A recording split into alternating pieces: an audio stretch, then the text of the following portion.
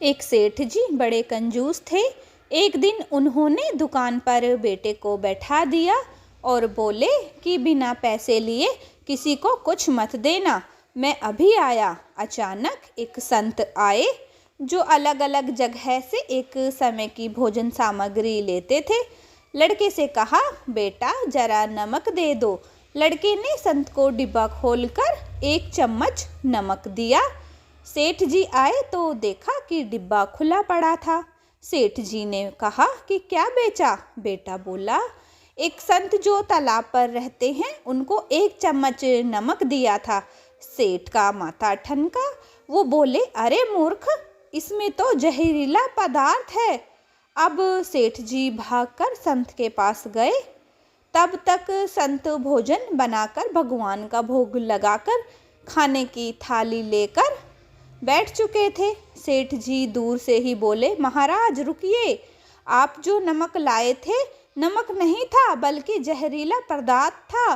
कृपा करके आप ये भोजन न करें। संत जी बोले, भाई हम तो प्रसाद लेंगे ही, क्योंकि भोग लगा दिया है। भोग लगाकर भोजन छोड़ नहीं सकते। अगर भोग नहीं लगता तो भोजन बेशक छोड़ देते।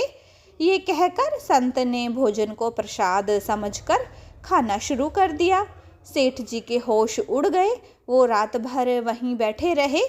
सेठ को रह रहकर ये चिंता सता रही थी कि अगर संत को कुछ हो गया तो बड़ी बदनामी होगी। रात में अगर तबीयत बिगड़ी तो कम से कम वैद्य को दिखा देंगे।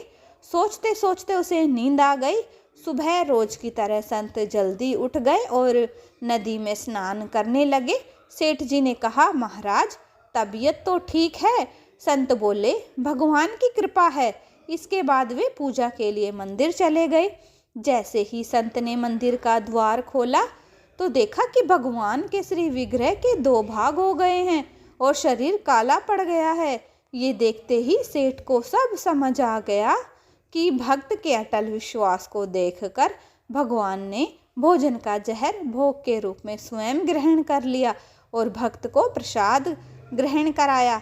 इसके बाद सेठ ने तुरंत घर जाकर बेटे को दुकान सौंप दी और स्वयं संत की शरण में आकर भगवान की भक्ति करने लगा।